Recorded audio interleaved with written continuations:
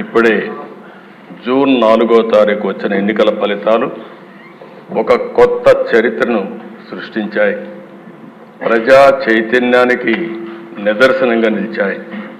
మీరు చూస్తే దేశ 93% స్ట్రైక్ రేట్, 57% ఈ కూటమికి ఓట్లు పడ్డాయి. ఇది నా రాజకీయ జీవితంలో ఏ పార్టీ కూడా, నందమూరి తారక రామారావు గారు పార్టీ పెట్టినప్పుడు కానీ 94లో కూడా రాలేదంటే అది ప్రజలు మన మీద పెట్టుకున్న నమ్మకం అనే విషయం మనందరం గుర్తుంచుకోవాల్సిన అవసరం ఉంది. అధ్యక్ష, ఒక్కొక్క పార్లమెంట్ 70,000, 80,000, 90,000 మెజారిటీ వస్తాయి. అలాంటిది 95,000 మెజారిటీ ఒక అసెంబ్లీలో వచ్చిందంటే నేను మనస్ఫూర్తిగా అభినందిస్తున్న. గాజువాకలో 95,000 మెజారిటీ అంటే దీన్ని చూసినప్పుడు చాలా ఆనందం, ఆశ్చర్యం వేస్తుంది. దీని వెనకాల కూడా దిశ చాలా శ్రమ ఉంది. ఒక్క విషయం మనం గుర్తుపెట్టుకోవాల్సిన అవసరం ఉంది. మిత్రులు పవన్ కళ్యాణ్ గారు ఇప్పుడే మాట్లాడారు.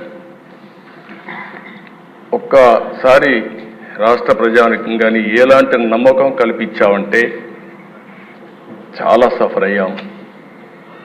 2014లో కూడా కొత్త రాష్ట్రం, ఈ రాష్ట్రం అభివృద్ధి కావాలని ముందుకొచ్చి పోటీ చేయకుండా సపోర్ట్ చేసిన వ్యక్తి పవన్ కళ్యాణ్ గారు. సామాజిక బాధ్యత కోసం ఆలోచించారు, ముందుకొచ్చారు. తర్వాత దిశ మొన్న ఎలక్షన్లో ఆయన్ని మేము చూసినప్పుడు చాలా సమస్యలు వచ్చాయి.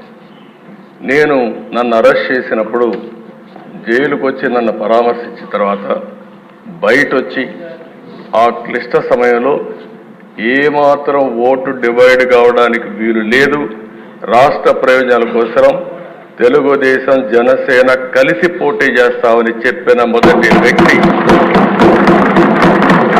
పవన్ కళ్యాణ్. అంటే ఇది ఒక సామాజిక బాధ్యతగా తీసుకున్నాను. రాజకీయంలో అరుదైన సంఘటన ఇది. ఇద్దరం కలిసిన తర్వాత బీజేపీ వారు కూడా ముందుకొచ్చారు, కేంద్ర నాయకత్వం. ముగ్గురం కలిసిన తర్వాత దిశ ఇది ఒక సునామీ. ఎవ్వరూ ఊహించిన సునామీ రాష్ట్రంలో వచ్చిందంటే ఎన్నికల్లో కూడా మనం తీసుకున్న నిర్ణయాలు కారణం. ఆ నిర్ణయాన్ని మళ్ళీ మనందరం కలిసి వారు ఒక మాట చెప్పారు, మనస్ఫూర్తిగా అభినందిస్తున్నా. ఈ రాష్ట్రాన్ని మళ్ళీ ఘాటిలో పెట్టి అన్ని విధాల అభివృద్ధి చేసే వరకు ఏమాత్రం ఆలోచించకుండా సమైక్యంగా ముందుకు పోవడానికి ఆలోచిస్తామని ఈ సభ ద్వారా రాష్ట్ర ప్రజానికానికి కూడా మేము ఒక హామీ ఇస్తున్నాం, చేస్తామని చెప్పి కూడా మీకు కూడా తెలియజేస్తున్నాను అధ్యక్ష.